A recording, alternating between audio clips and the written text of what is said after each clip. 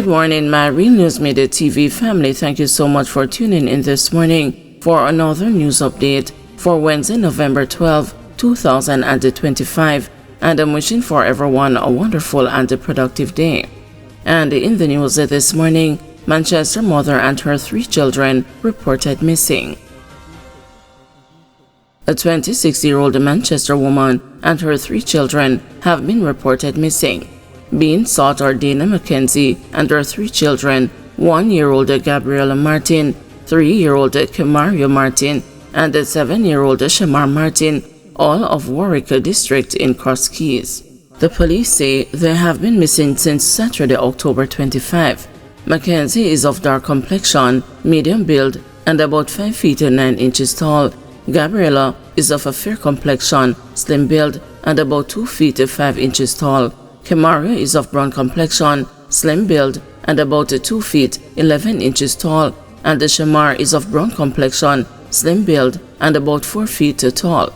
Reports from the Cross Keys police are that at about 6 a.m., Mackenzie and her children were last seen at home. Their mode of dress is all unknown. All efforts to locate them have proven futile. Anyone knowing the whereabouts of Dana Mackenzie, Kemario Martin, Shamar Martin, and Gabriella Martin is asked to contact the Cross Keys Police Station at 876-957-1711, the 119 police emergency number, or the nearest police station. St. Elizabeth man arrested and charged for breaking into Appliance store. The police in St. Elizabeth have charged a man for breaking into an appliance store located in Silo. He is 37-year-old laborer Denver Palmer of Plantain Walk District in Silo, who is charged with housebreaking and larceny. A court date is being finalized for him. Reports from the Black River Police are that about 5:30 p.m. on Saturday, November 8, lawmen were informed of a break-in that was in progress at the appliance store. They responded, made checks, and observed that the padlocks were removed. Following this discovery, a search of the area was conducted, and according to the police, Palmer was found hidden behind the building. The police say several pairs of footwear, household and electrical items were found in his possession. He was arrested and subsequently charged. Forensic scientist testifies of DNA matches found in Maitland's apartment. As the court heard evidence Tuesday that the blood found in Constable Noel Maitland's apartment belonged to his girlfriend Donnelly Donaldson, he sat stoic, abandoning his usual modus operandi of jotting notes during witness testimony. Donaldson is presumed dead, and Maitland is on trial for murder and preventing the lawful burial of a corpse in relation to her July 12, 2022 disappearance. On Tuesday, Maitland sat in the prisoner's dock, paying keen attention to the forensic details shared by the witness, a senior forensic science officer. On some occasions, he sat with his hands folded, and on others, he stared at the 7-member jury. The witness told the court that DNA samples taken from Donaldson's toothbrush were matched with DNA from her parents Sophia Log and Elwood Donaldson to establish a link. Samples were taken from brown stain on brown lined and plaited sheer drapes. The DNA profile obtained from exhibits T4, T5, and T6 all matched the DNA profile obtained from a toothbrush allegedly belonging to missing person Donnelly Donaldson. This DNA profile is approximately 2.96 by 10 squares, which is 29 septillion, 600 sextillion, the witness said. It's 296, followed by 23 zeros times more likely to occur if it originated from the source of the DNA profile obtained from the toothbrush. This source has been identified as being Donnelly Donaldson rather than if it originated from an unknown ordinated individual. Therefore, the DNA profile obtained is more likely to occur if it originated from the source of the DNA profile obtained from the toothbrush belonging to Donnelly Donaldson, rather than if it originated from an unknown ordinated individual, the forensic expert testified. The witness said analysis was conducted on the toothbrush identified as belonging to Donaldson, and the DNA from the item was compared to the DNA of her parents. Based on the analysis of the DNA loci tested, the probability of paternity is greater than 99.9999%. Therefore, the source of the DNA profile obtained from the toothbrush cannot be excluded as being a missing person Donnelly Donaldson.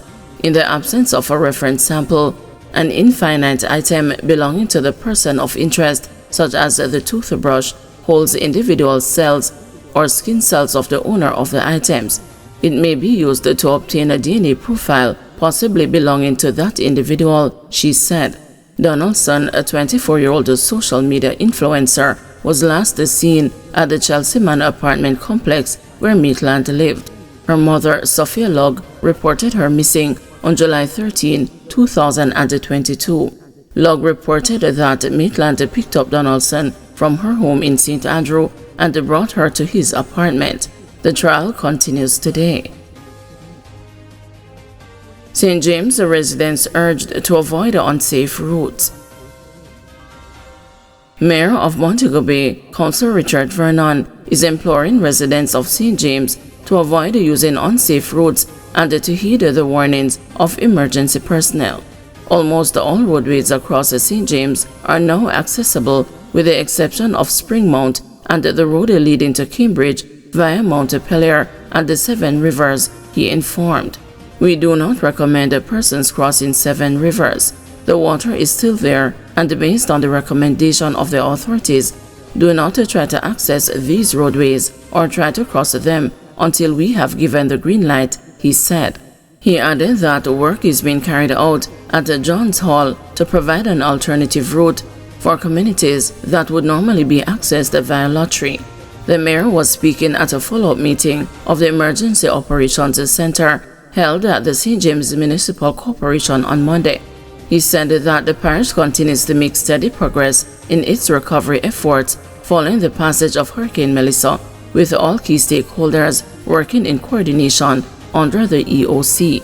He noted that the focus across the parish remains the same: restoration, cleanup, and monitoring. He commended the various agencies represented at the EOC, including the Jamaica Constabulary Force, Jamaica Fire Brigade, National Works Agency, and the public health officials for their continued collaboration in managing the aftermath of the storm. We are working together to ensure that every effort is made to restore normalcy safely and efficiently, he said. Vernon also commended residents for their cooperation, noting that they have been responding well. We understand the plight of our residents and how they are feeling at this point in time, but we are committed to ensuring that they get back their community comfort and normalcy, he assured. The EOC continues to meet regularly to assess recovery operations and to provide updates on critical sectors, including infrastructure, sanitation, and public health. WRHA calls for quick removal of hurricane waste to prevent diseases. Clinical Coordinator for the Western Regional Health Authority, Dr. Delroy Frey, is urging the authorities to quickly remove the pileup of hurricane waste in communities to prevent an outbreak of diseases from animal and insect infestation. Dr. Frey says that public hospitals in the Western region are compromised due to the structural damage from Category 5 Hurricane Melissa, which has limited their ability to respond adequately to emergencies. Hospitals which fall within the region are Cornwall Regional, Falmouth Public General, Savannah Lamar Public General, and Noel Holmes. He says that the hospitals are on the lookout for cases of leptospirosis, which is spread in the urine of infected animals. This risk often increases after a hurricane or flood when people and animals come in contact with contaminated water or soil. That infection is terrible. It affects your liver and your kidney, so one has to be very careful. I'll make a strong plea to the authorities that we have to move the garbage. We have to minimize as much as we can. And also, You'll have areas that water is collected. If it's possible, apply some oil to it to minimize the mosquito breed inside. We have to do everything that we can do to minimize those type of infections, because as I said, our hospitals are compromised at this stage, and we don't want to get people into hospitals. We want to prevent it. Prevention is one of the key things for the next 2 to 3 weeks. Of course, we should always be doing that until we can get back to where we were, hopefully.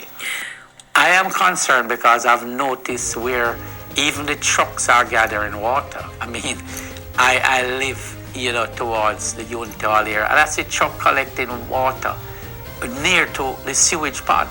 And, it's frightening. And going out to airport, I see people collecting water. That's why I say it's important that you should buy drinking water, and those waters that are collected there, it can be used for, your cleaning. I know there must be cleaning, especially in the catching hall area. There's a lot of mud there, so use that water for cleaning. And I hope nobody will be drinking that water. It is dangerous water, I believe. Guys, thanks for watching. Please join us this afternoon at 2 p.m. for another news update.